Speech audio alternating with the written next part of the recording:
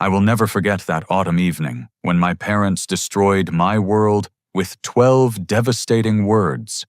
We were sitting around their dining room table, the same oak table where I had done homework as a child, when my father cleared his throat and announced, "Hamilton, we have decided to leave everything to your brother Tyler in our will." My mother nodded approvingly, adding with chilling casualness, "You have always been too independent and successful.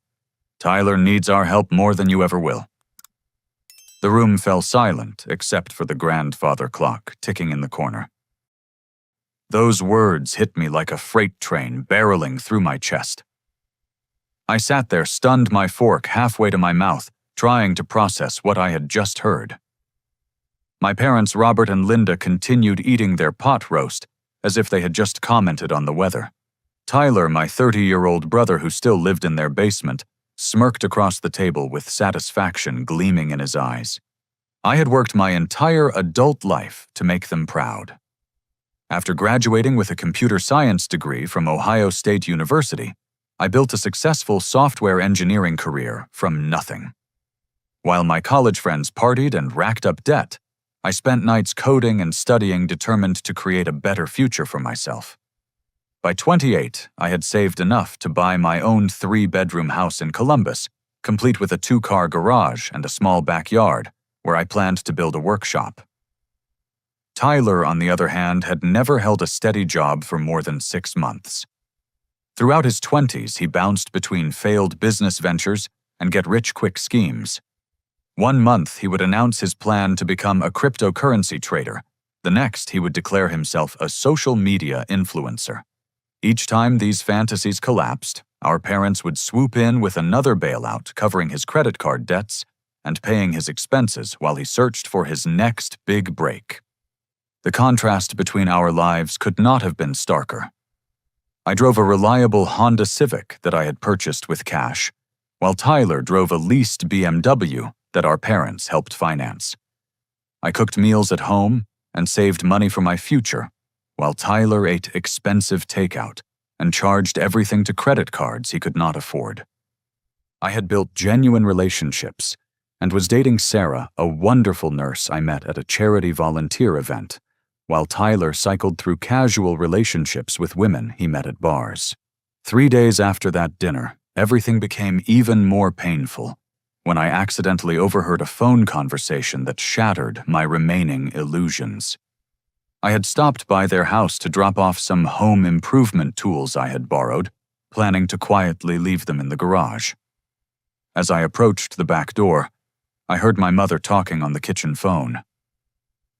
"Yes, Mrs. Patterson, we have been working with you on this for almost 3 years now," my mother was saying to the family attorney. "We want to make sure Hamilton is completely removed from all accounts and properties. He has made it clear through his success that he does not need our support." My blood turned to ice as I stood frozen outside their door. 3 years. They had been systematically erasing me from their financial lives for 3 years, all while congratulating me on my achievements and telling me how proud they were of my independence. Every time I had shared good news about a promotion or a successful project at work, they had been secretly using it as evidence that I did not deserve their inheritance. The cruel irony cut deeper than any physical wound. My success, my responsibility, my independence had not been sources of pride for them. Instead, these qualities had become proof that I was selfish and ungrateful. In their minds, my ability to take care of myself meant I did not love them enough to need them. That evening, I called them from my living room, my hands shaking as I dialed their number. When my father answered, I could barely keep my voice steady. "Dad, I overheard Mom talking to Mrs. Patterson today. How long have you been planning to cut me out of everything?" The silence on the other end stretched for what felt like hours before he finally responded. "Hamilton, we did not want you to find out this way, but yes, we have been making these changes for quite some time. You have to understand, son. You have never needed us the way Tyler does. You have always been so determined to do everything yourself. Tyler, he still comes to us for advice and help. He values our input in his life. I felt my heart breaking into pieces as I listened to his reasoning. Dad, I come to you for advice all the time. I call you every Sunday. I ask for your opinion on major decisions. Just because I do not ask you to pay my bills does not mean I do not value your guidance. But Hamilton. My mother had picked up the extension. You never really need our help with anything important. Tyler calls us when he is struggling with decisions. He includes us in his life in ways you just do not. The conversation continued for another 20 minutes, but nothing I said could penetrate their twisted logic. They had convinced themselves that my independence was a rejection of them, while Tyler's constant financial dependence was proof of his love and respect. By the time I hung up the phone, I knew that no amount of explanation would change their minds. Sarah found me sitting on my couch an hour later, staring at the wall with tears streaming down my face. She wrapped her arms around me as I told her everything from the dinner revelation to the phone call confrontation. Hamilton, you know this is not about you, right? She said softly, stroking my hair. This is about them enabling your brother and feeling guilty about it. They are making you the villain to justify their poor parenting decisions. Her words made sense intellectually, but emotionally, I felt completely abandoned.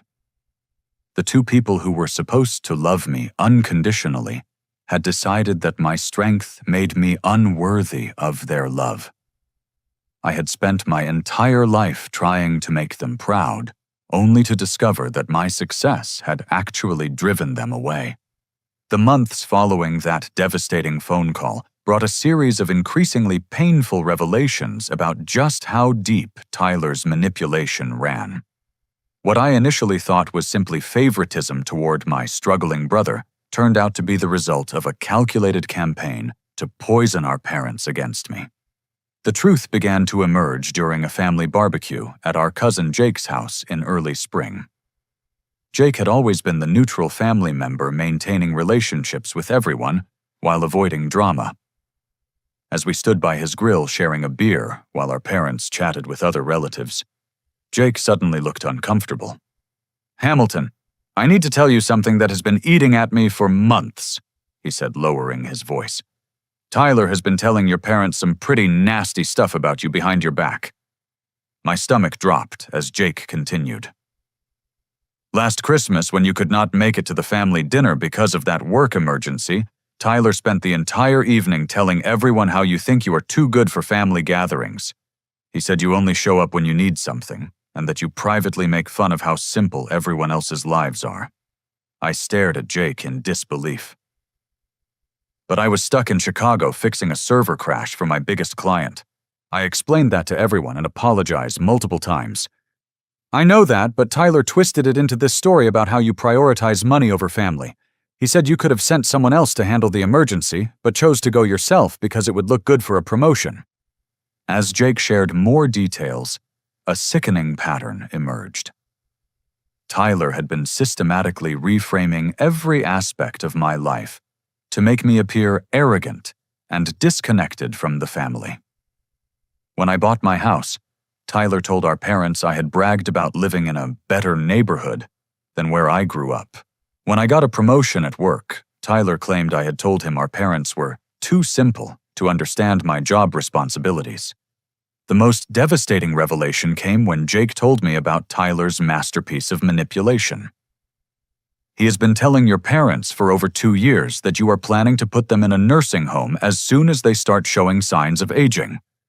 He said you told him that successful people should not have to be burdened with caring for their elderly parents. I felt physically sick as I realized the depth of Tyler's betrayal. Not only had he fabricated these conversations, but he had also convinced our parents that their successful son viewed them as a burden to be discarded.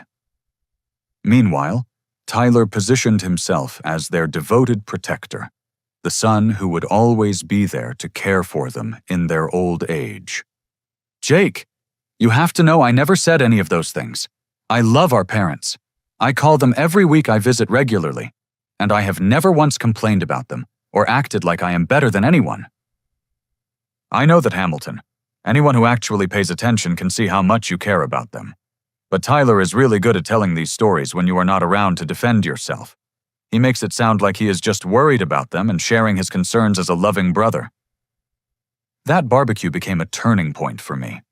I watched Tyler work the crowd, playing the role of the devoted son, while subtly undermining me with carefully crafted comments.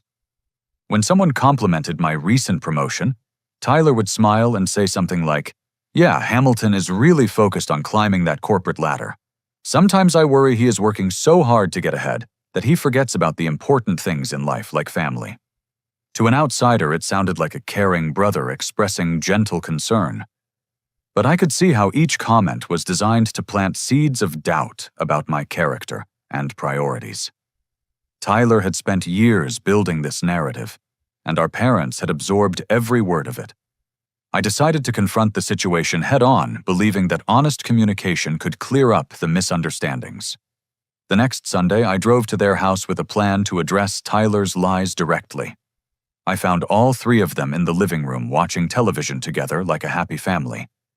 "Mom, Dad, I need to talk to all of you about some things Tyler has been saying about me." I began trying to keep my voice calm and reasonable.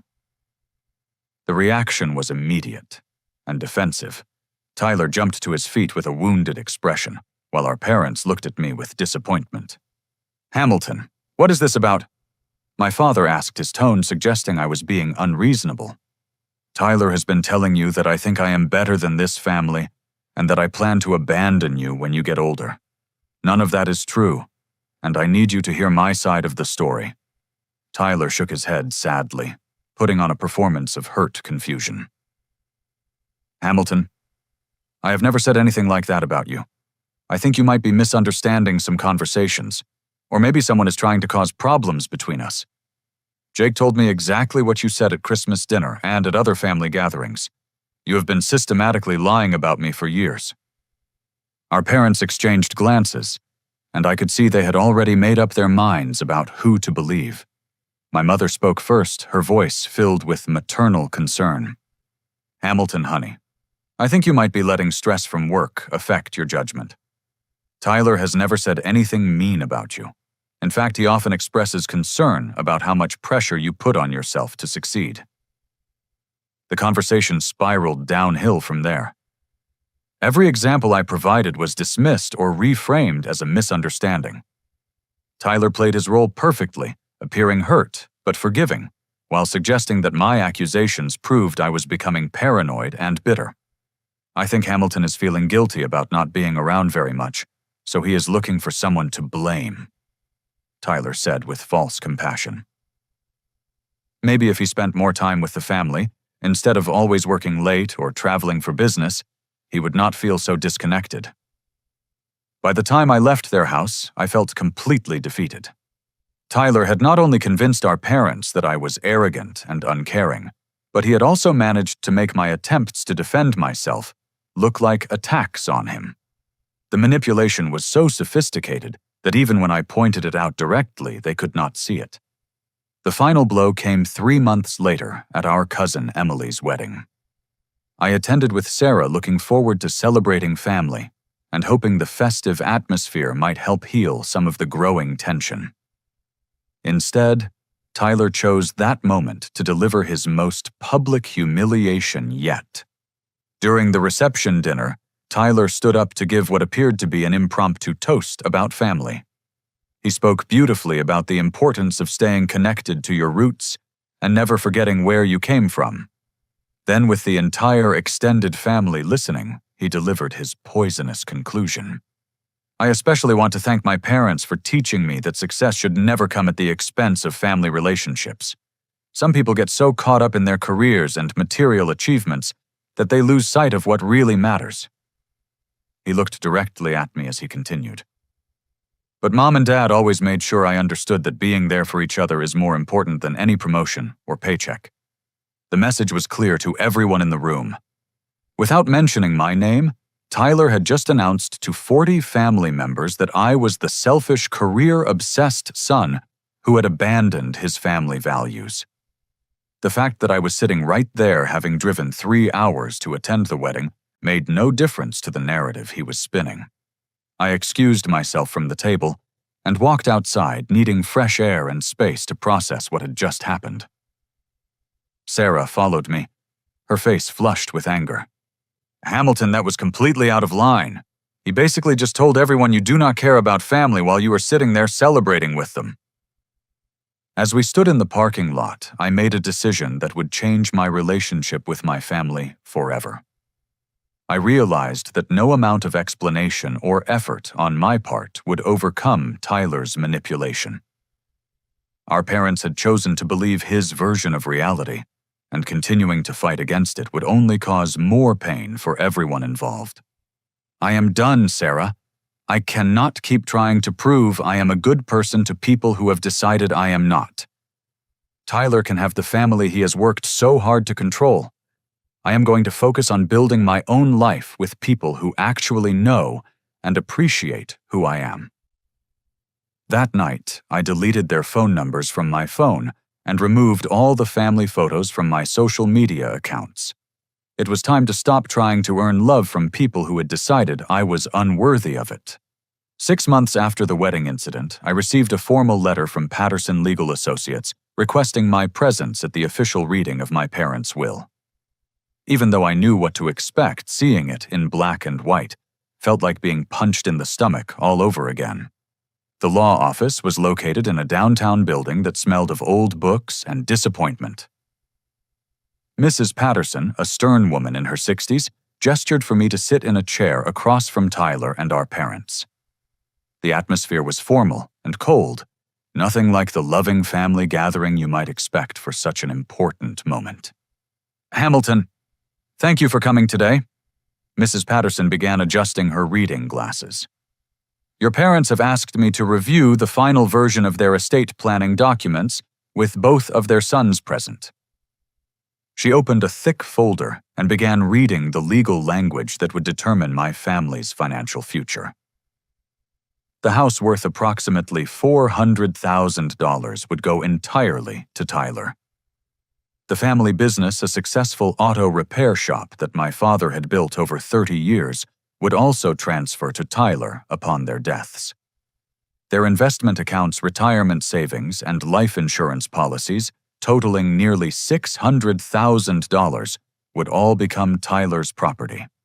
Then came the section that made my chest tighten with pain and humiliation. Furthermore, Mrs. Patterson continued, "This will contain a specific addendum regarding Hamilton Robert Mitchell." She paused and looked directly at me.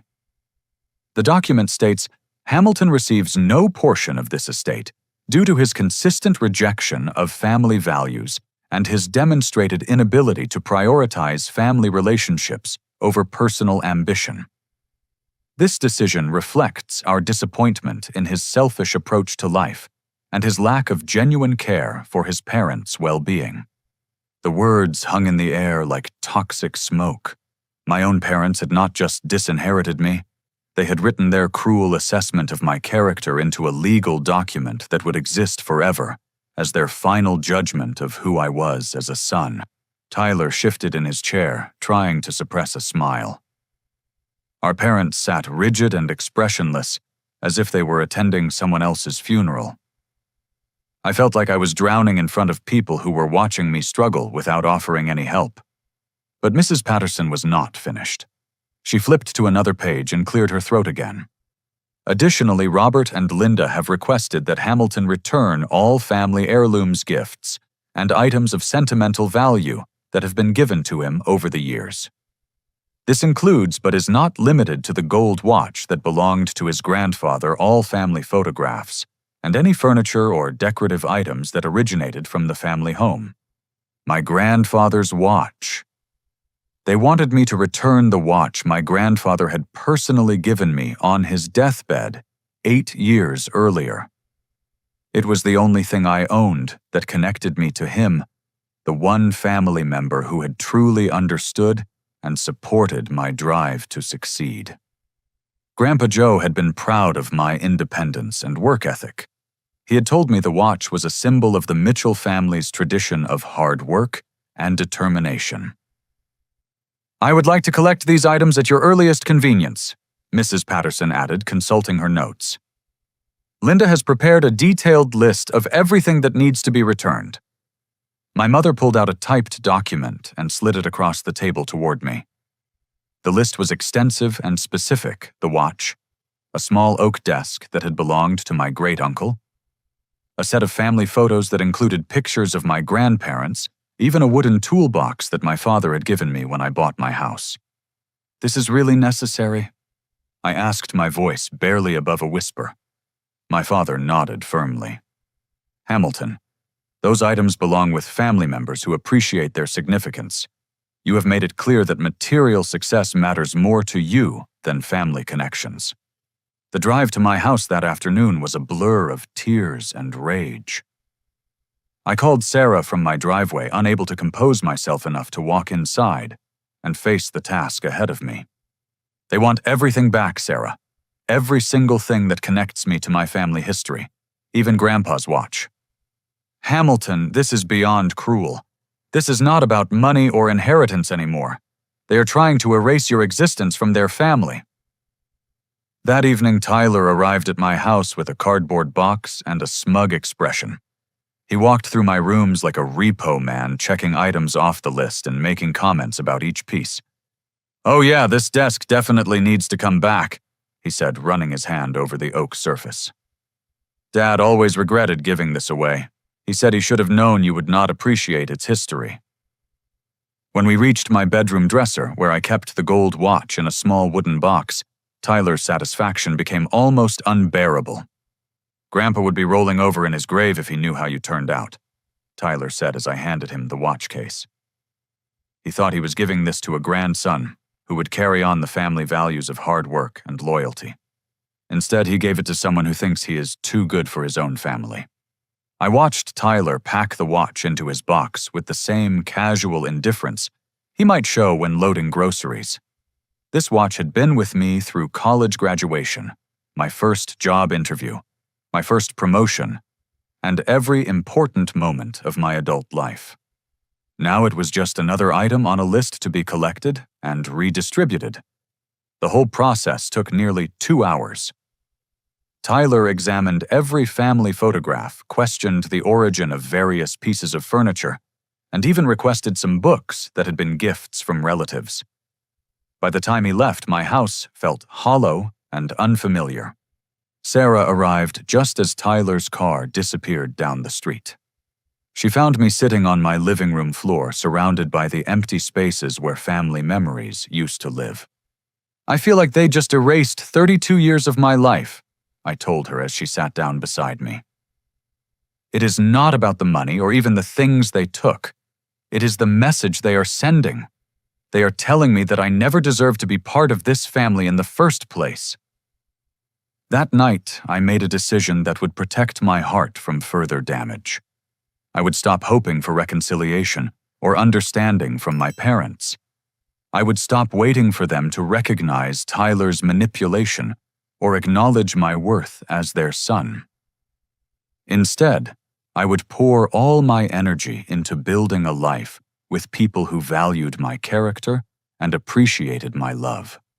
I spent the next morning removing every trace of my biological family from my home and social media accounts. I changed my emergency contacts at work to list Sarah instead of my parents. I updated my own will to leave everything to Sarah and charitable organizations that supported education and entrepreneurship. If my family wanted to pretend I did not exist, then I would grant their wish completely. 3 years passed, like pages turning in a book I no longer wanted to read. During that time, my life transformed in ways that would have been impossible to imagine during those dark months after the will reading. Sarah and I moved to Seattle after I was offered a partnership position at a prestigious software consulting firm. The Pacific Northwest welcomed us with its stunning mountains and innovative technology culture.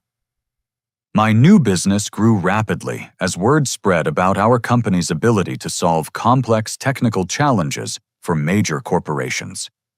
Within 18 months, we had expanded from 12 employees to over 40, and I found myself managing projects for clients like Microsoft and Amazon. The success felt genuine and earned, built on merit rather than family connections or undeserved favoritism. Sarah and I bought a beautiful craftsman-style house in the Ballard neighborhood, complete with a view of Puget Sound and enough space for the family we were planning to start together. On a crisp October evening, I proposed to her on our deck, while watching the sunset paint the Olympic Mountains in shades of gold and purple. She said yes through tears of joy, and we began planning a wedding that would celebrate our love surrounded by people who truly knew and supported us. The contrast between my new life and my old family situation could not have been sharper. While I was building something meaningful and lasting, Tyler was apparently living the dream he had always claimed he wanted. According to the occasional updates I received from cousin Jake, Tyler had quit his part-time job at a local electronics store immediately after our parents' lawyer confirmed his inheritance status. Tyler told everyone at Uncle Mike's birthday party that he was going to become an entrepreneur now that he had the financial freedom to pursue his passions. Jake informed me during one of our rare phone conversations. He said he was tired of working for other people and that this inheritance was his chance to build something significant. What Jake did not know, and what Tyler was carefully hiding from our entire family, was that his version of entrepreneurship involved spending most of his afternoons at the Lucky Lady Casino 20 minutes outside of town. Tyler had discovered online poker during college, but the inheritance money gave him access to higher stakes tables and more dangerous games. At first, Tyler's gambling felt like harmless entertainment. He would drive to the casino after lunch, play Texas Hold'em for a few hours, and usually come home with modest losses that seemed insignificant compared to his new wealth. But gambling addiction operates like quicksand, and Tyler was sinking deeper every week without realizing the danger. His new gambling buddy, Mario, encouraged Tyler's reckless behavior by introducing him to private games with much higher buy-ins. Mario was a 40-year-old construction worker who had been frequenting casinos for over a decade, always chasing the big score that would solve all his financial problems. He recognized Tyler as an easy mark, someone with more money than sense, who could be manipulated into bigger and bigger bets. "You're thinking too small, Tyler," Mario would say, as they sat at the casino bar between poker sessions. "You've got serious money now. You should be playing with the high rollers, not messing around with these penny-ante games." Tyler's girlfriend, Ashley, began to notice changes in his behavior and spending patterns within the first year of his inheritance. He would disappear for entire afternoons without explanation, come home with elaborate stories about business meetings that never seemed to produce any actual business, and make expensive purchases followed by periods of unusual frugality. "Tyler, you bought a $3,000 watch last week, but now you are complaining about the cost of groceries." Ashley confronted him one evening as they sat in the family home that Tyler had inherited along with everything else. "What is really going on with your money?" Tyler had prepared for these conversations with carefully crafted lies that played on Ashley's insecurities about their relationship. "Baby, I am making some investment moves that require me to keep cash reserves available. You would not understand the complexities of portfolio management, but trust me, everything is under control." His condescending explanation worked temporarily, but Ashley was not as naive as Tyler assumed. She began paying closer attention to his schedules and noticed that his mysterious afternoon meetings always seemed to coincide with text messages from Mario. When she discovered casino promotional materials in Tyler's car, the pieces of the puzzle started coming together. Meanwhile, our parents remained completely oblivious to Tyler's destructive spiral. He had always been skilled at telling them what they wanted to hear, and now he spun elaborate fantasies about his business ventures and investment strategies. When they asked about his work, Tyler would describe meetings with potential business partners and opportunities he was evaluating. "Tyler is being very strategic about his future," my mother would tell her friends at church. He is not rushing into anything foolish like some young people might do with an inheritance. He is taking time to research different business opportunities and make smart financial decisions. If she had known that her responsible son was losing thousands of dollars every week playing poker with strangers, she might have reconsidered her assessment of his character and judgment. The family business that Tyler inherited also began showing signs of neglect and poor management. My father had built Mitchell Auto Repair into one of the most trusted shops in the county through 30 years of honest work and excellent customer service. Tyler, however, had no interest in the day-to-day operations of running a business. He hired a manager to handle most of the work, while he focused on what he called strategic planning and expansion opportunities. In reality, Tyler's strategic planning consisted of sitting in the office playing online poker while customers waited for their cars to be serviced. The quality of work began to decline as Tyler cut costs and pushed employees to work faster. Long-term customers started taking their business elsewhere after experiencing delays and poor service that would have been unthinkable under my father's management. By the end of Tyler's second year, as the business owner revenue had dropped by nearly 30%, and two of the most experienced mechanics had quit to work for competitors. The reputation that my father had spent decades building was crumbling under Tyler's indifferent leadership. But the most dangerous aspect of Tyler's gambling addiction was his increasing willingness to chase losses with bigger bets. When he lost $5,000 in a single evening, Tyler convinced himself that he could win it back by playing at higher stakes tables the next day. When that strategy failed and his losses doubled, he rationalized that he just needed one good night to get back to even. Mario encouraged this destructive thinking by sharing stories about legendary comebacks and massive wins that were always just one good hand away. I have seen guys lose 50 grand in a month and then win it all back in a single night, Mario would tell Tyler as they drove to the casino for another session. The key is having the balls to bet big when you know you are due for a lucky streak. Tyler took out his first loan against the family home 18 months after inheriting it.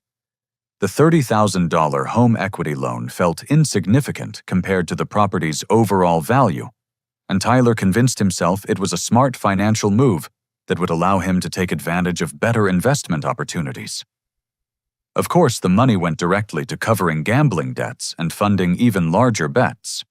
Ashley's growing suspicions about Tyler's activities finally reached a breaking point when she discovered the loan documents hidden in his desk drawer. The confrontation that followed revealed the full scope of Tyler's deception and marked the beginning of the end of their relationship. Tyler, you took out a loan against your parents' house to fund whatever you have been doing during these mysterious afternoon meetings, Ashley said, waving the bank papers in his face. I know you have been going to the casino. I know about Mario. I know you have been lying to me about everything. Tyler's response was to double down on his lies while attacking Ashley's right to question his decisions.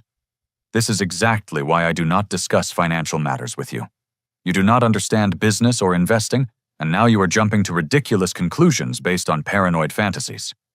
But Ashley had reached her limit with Tyler's gaslighting and manipulation. That night, she packed her belongings and moved in with her sister, leaving Tyler alone in the house, with his debts and his destructive habits. The isolation only made Tyler's gambling worse, as he lost the last person who might have helped him recognize the severity of his problem. Without Ashley's questions and concerns to navigate around, Tyler felt free to spend entire days at the casino, convinced that his next big win was always just one hand away. The morning that destroyed my parents' illusions about their golden son began like any other Tuesday in their quiet retirement. My father was reading the newspaper in his favorite recliner, while my mother prepared breakfast in the kitchen that had been the heart of their home for over 25 years. The familiar sounds of their morning routine were interrupted by an authoritative knock at the front door.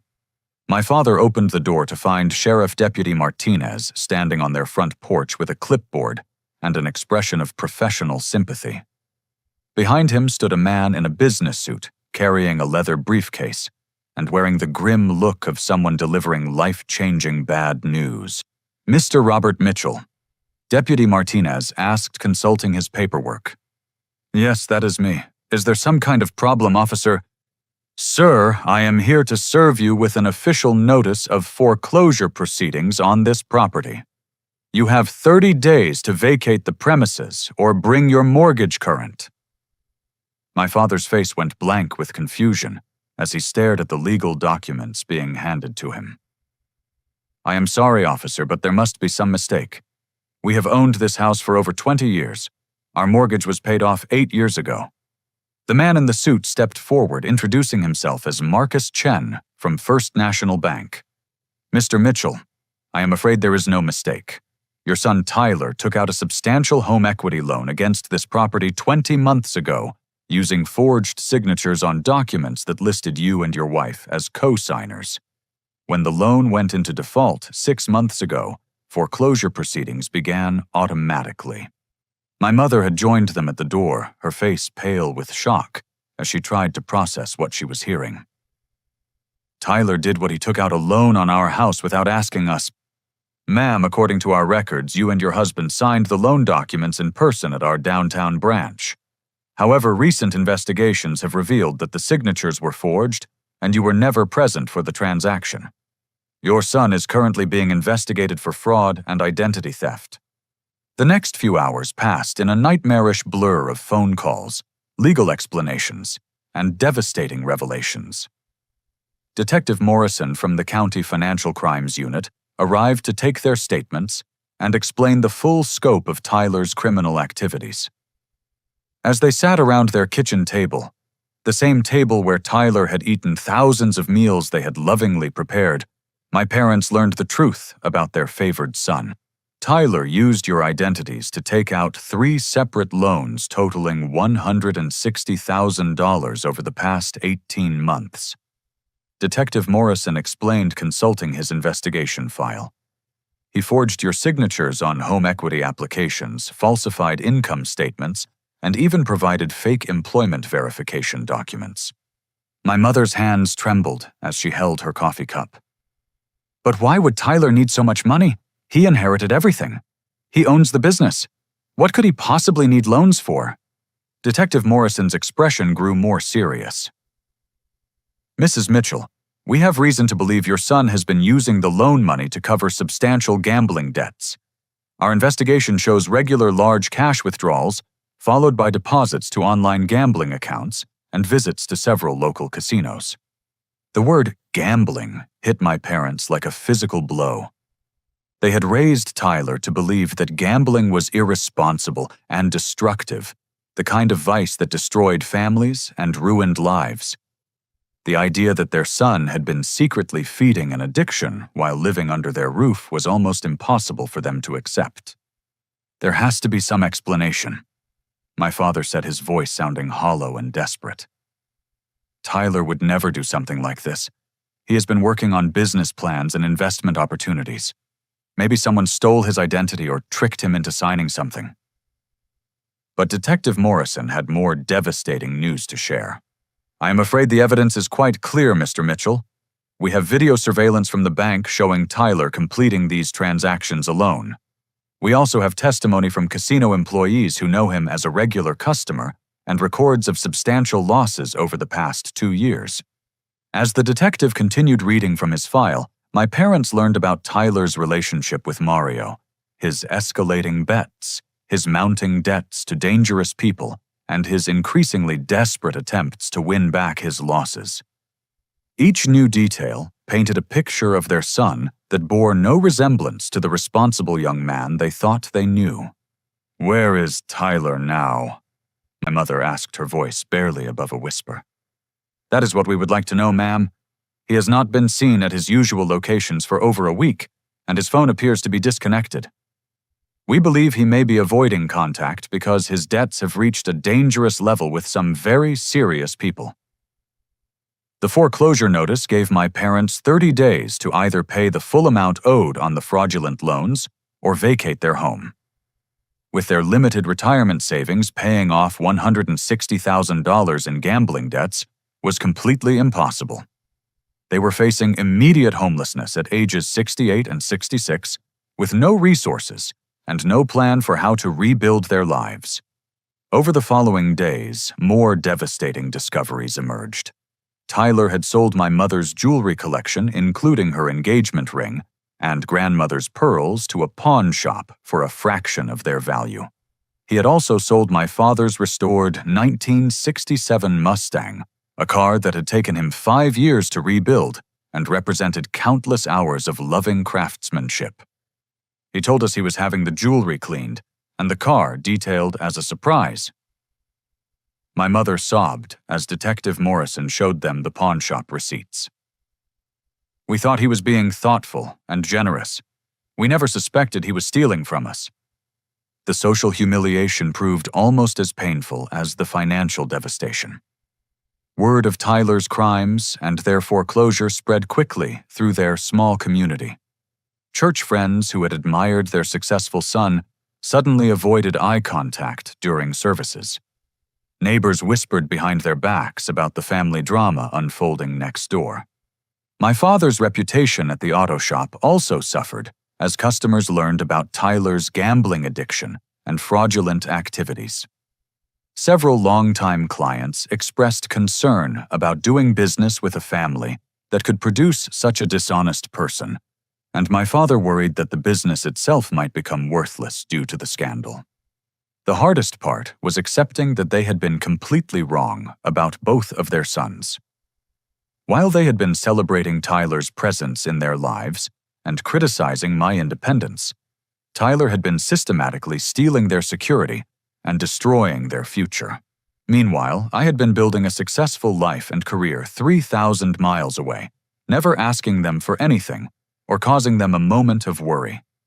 "Robert, we made a terrible mistake," my mother said one evening, as they sat in their living room surrounded by boxes they were packing for their uncertain future. "We pushed away the son who truly loved us and supported the son who has destroyed us." My father nodded his face, showing every one of his 68 years. "Hamilton tried to warn us about Tyler's character, and we refused to listen. We thought Tyler's dependence on us was love, but it was just manipulation. We thought Hamilton's independence was rejection, but it was actually strength and maturity." As their 30-day deadline approached, my parents faced the reality that they had no choice but to reach out to the son they had cruelly rejected. They had no money, no home, and no one else to turn to. Their golden child had vanished, leaving them to face the consequences of his crimes alone. Finding my contact information proved challenging since they had not spoken to me in over 3 years. They called Cousin Jake, who reluctantly provided my Seattle address after making them promise they understood the pain they had caused me. The decision to drive across the country to ask for my help represented the complete collapse of their pride and the acknowledgement of their terrible judgment.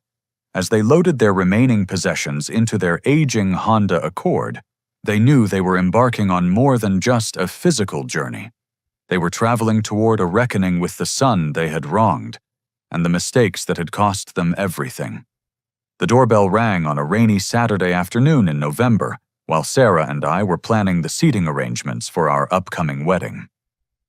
We had spread charts and guest lists across our dining room table, happily debating whether to put my college friends near the dance floor or by the bar when the unexpected sound interrupted our peaceful afternoon. I looked through the peephole and nearly stumbled backward in shock. My parents stood on my front porch looking older and more frail than I remembered. They were holding suitcases and wearing expressions of desperate hope mixed with deep shame. Behind them, parked in my driveway, sat their old Honda Accord, with what appeared to be all their remaining possessions crammed into the back seat. My first instinct was to pretend I was not home and wait for them to leave.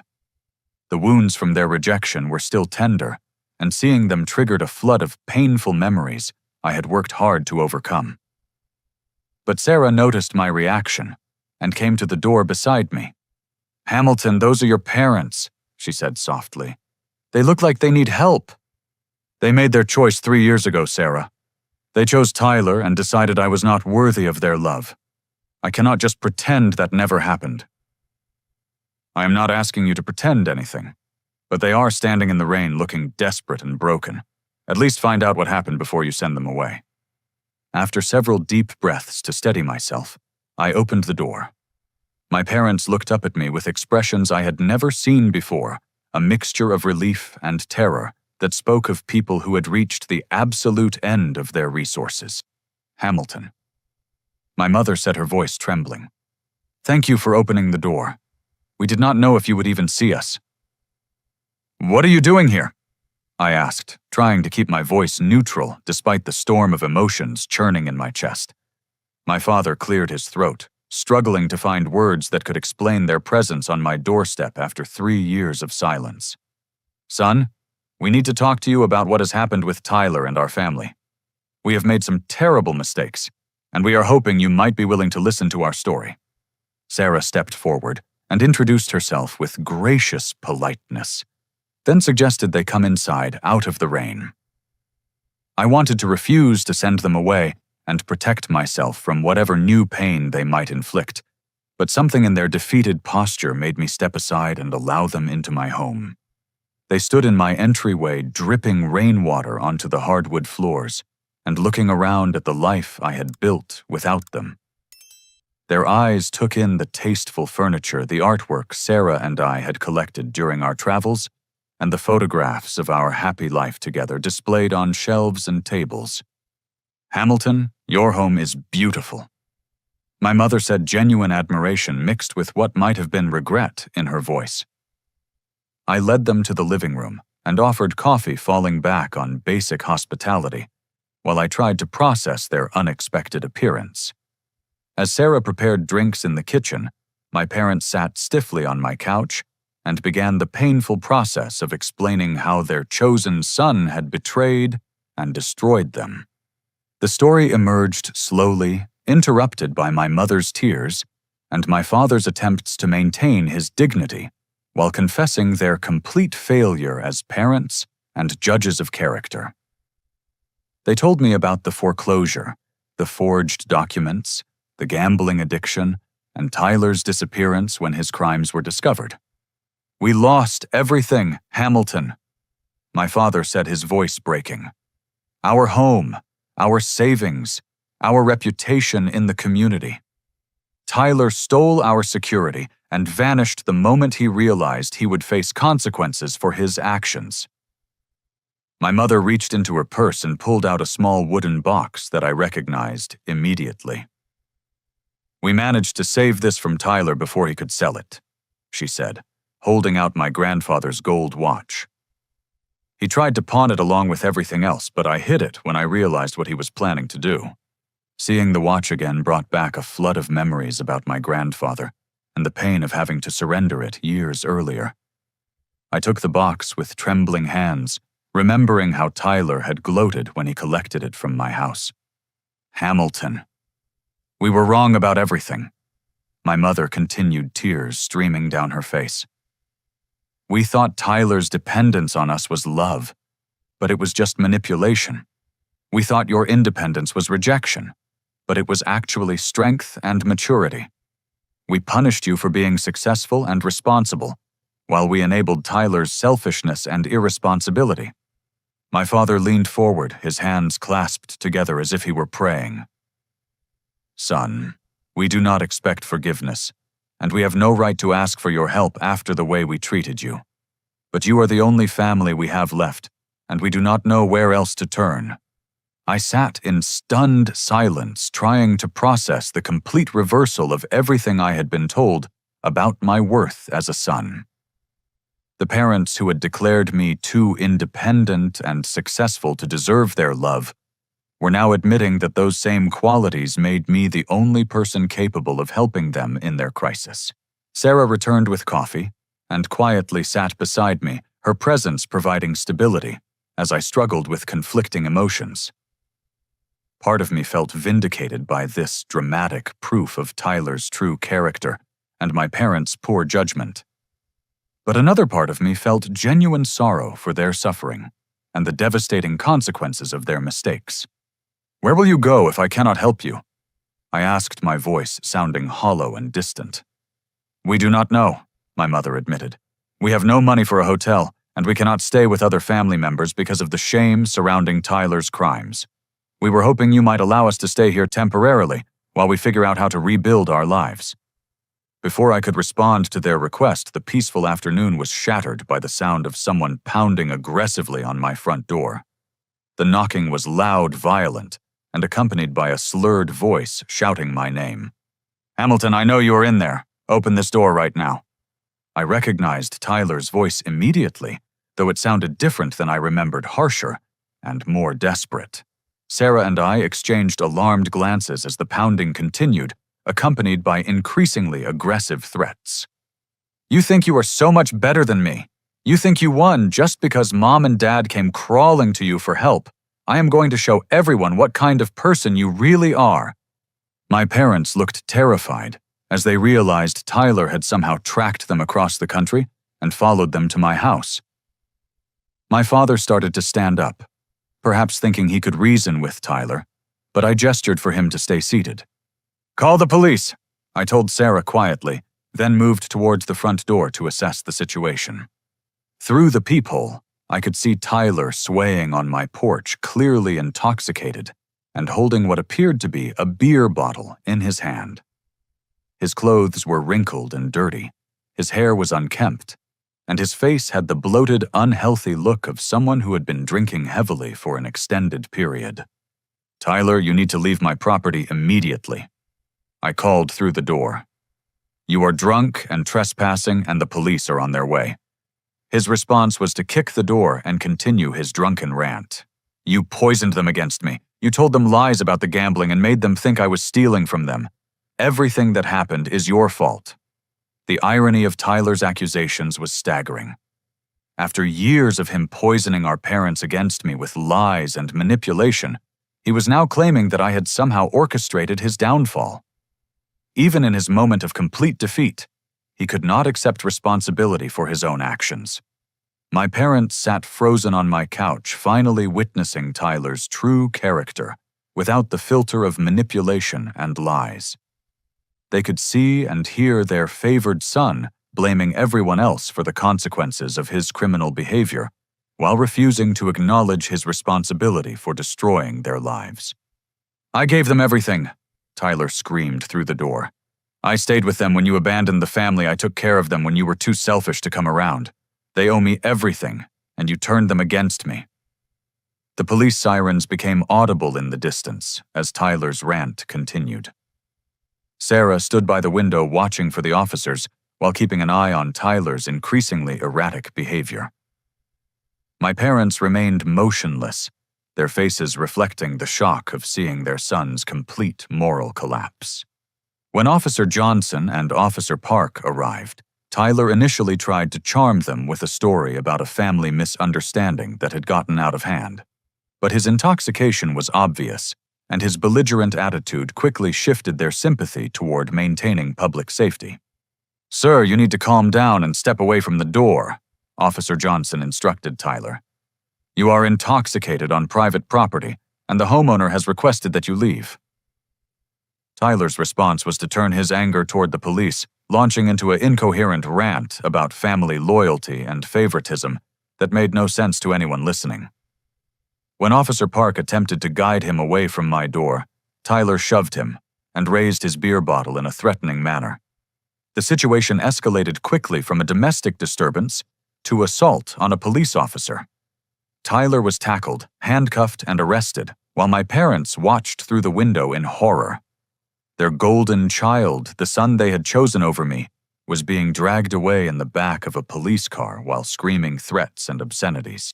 After the officers left with Tyler, my house fell silent, except for the sound of my mother sobbing quietly on my couch. The dramatic confrontation had stripped away any remaining illusions about Tyler's character and forced my parents to confront the complete failure of their judgment. "Hamilton," my father said finally, his voice barely audible. "We are so sorry for everything we put you through. We see now who Tyler really is, and we understand how wrong we were about both of our sons. As I looked at my broken parents sitting in my living room surrounded by the life I had built through my own strength and determination, I realized that this moment represented more than just a family crisis. It was an opportunity to demonstrate the kind of person I truly was not, the selfish and uncaring son Tyler had convinced them I was. The choice I made in that moment would define not just our future relationship, but also my own character and values. I could turn them away and feel justified in my anger, or I could show them the love and compassion that they had failed to show me when I needed it most. The decision I made that rainy November afternoon would change all of our lives in ways I never could have imagined. As I looked at my parents sitting in my living room, broken and humbled by the consequences of their choices, I realized that this moment was not really about them, or even about Tyler. It was about who I wanted to be as a person, and what kind of family I wanted to build going forward. Mom, Dad. I said carefully, I want you to understand that I am not going to pretend the last 3 years did not happen. You hurt me deeply, and that pain does not just disappear because Tyler turned out to be exactly what I tried to tell you he was. They nodded, accepting my words with the defeated posture of people who understood they had no right to expect forgiveness. But I also want you to know that I am not the person Tyler convinced you I was. I do not abandon family members who need help, and I do not measure love by how much someone depends on me financially. Sarah squeezed my hand as I continued her support, giving me strength to voice the decision I had been forming while watching their pain unfold. Here is what I am willing to do. I will help you get back on your feet, but we are going to do this my way with clear boundaries and honest communication. No more lies, no more manipulation, and absolutely no financial support for Tyler, regardless of what sob story he comes up with from prison. Over the next several weeks, I developed a plan that would give my parents dignity while protecting my own emotional and financial well-being. Rather than allowing them to live in my house indefinitely, I used my business connections to find them a modest 2-bedroom apartment in a senior living community 15 minutes from my home. I paid the first year's rent and security deposit, giving them time to apply for Social Security benefits and figure out their long-term living situation. I also helped my father sell what remained of the family auto repair business to a competitor who agreed to honor existing customer contracts and retain the employees who had stayed loyal despite Tyler's poor management. The sale price was much less than the business had been worth before Tyler's neglect, but it provided my parents with enough money to buy basic furniture and cover their living expenses for several months.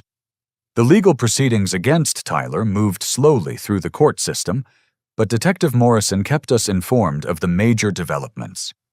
Tyler eventually pleaded guilty to fraud, identity theft, and forgery in exchange for a reduced sentence of 4 years in state prison.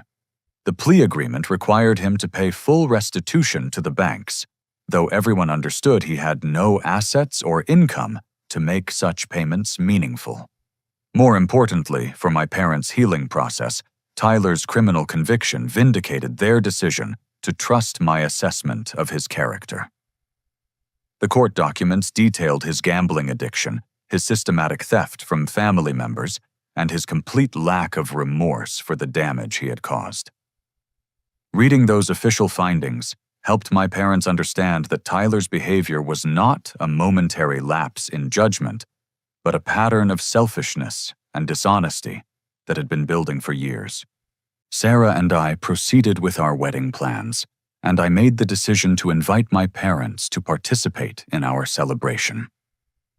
It felt strange to include people who had rejected me so cruelly just months earlier, but I wanted our marriage to represent hope and new beginnings rather than perpetual anger and resentment. The wedding took place on a clear spring day at a vineyard overlooking Puget Sound, with the Olympic Mountains providing a breathtaking backdrop for our vows. My parents sat in the front row, tears streaming down their faces, as they watched me marry the woman who had supported me through the darkest period of my life. During the reception, my father gave a speech that publicly acknowledged their mistakes and expressed gratitude for my willingness to forgive them.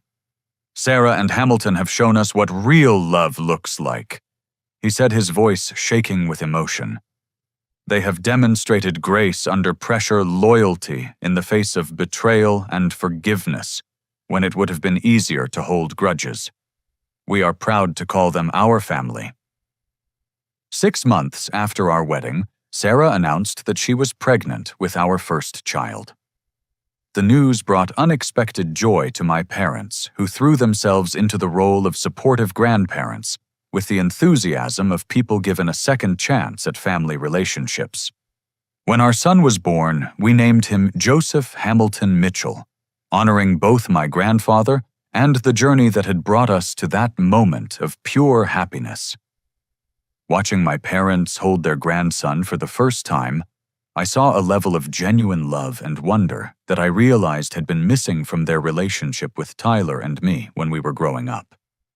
"He has your grandfather's hands," my mother whispered as she cradled baby Joseph in her arms. "Strong and capable, just like his father."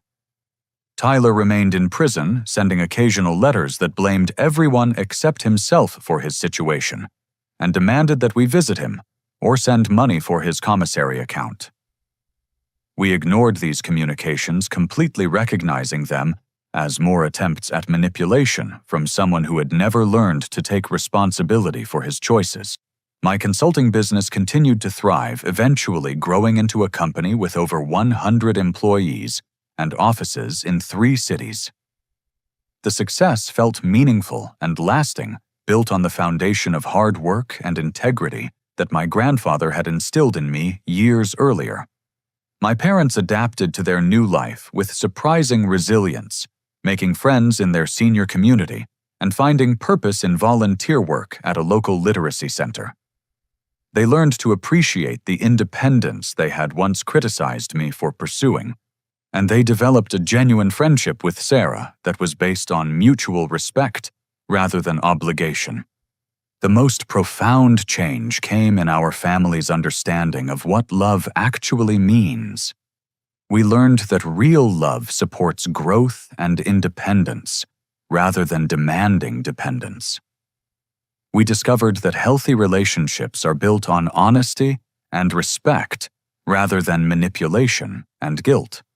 Most importantly, we realized that family is not just about blood relationships, but about choosing to care for people who demonstrate good character and genuine concern for your well-being.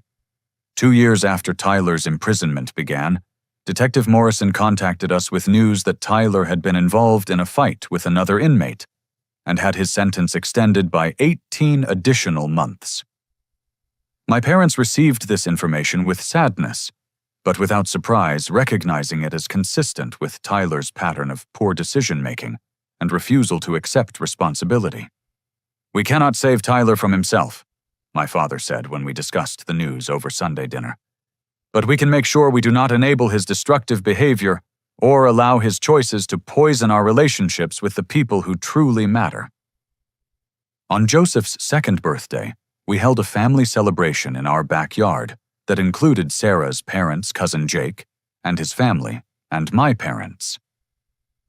As I watched 3 generations playing together on the swing set I had built, I reflected on how different my life had become from the lonely, painful existence I had been living during those dark months after the will reading.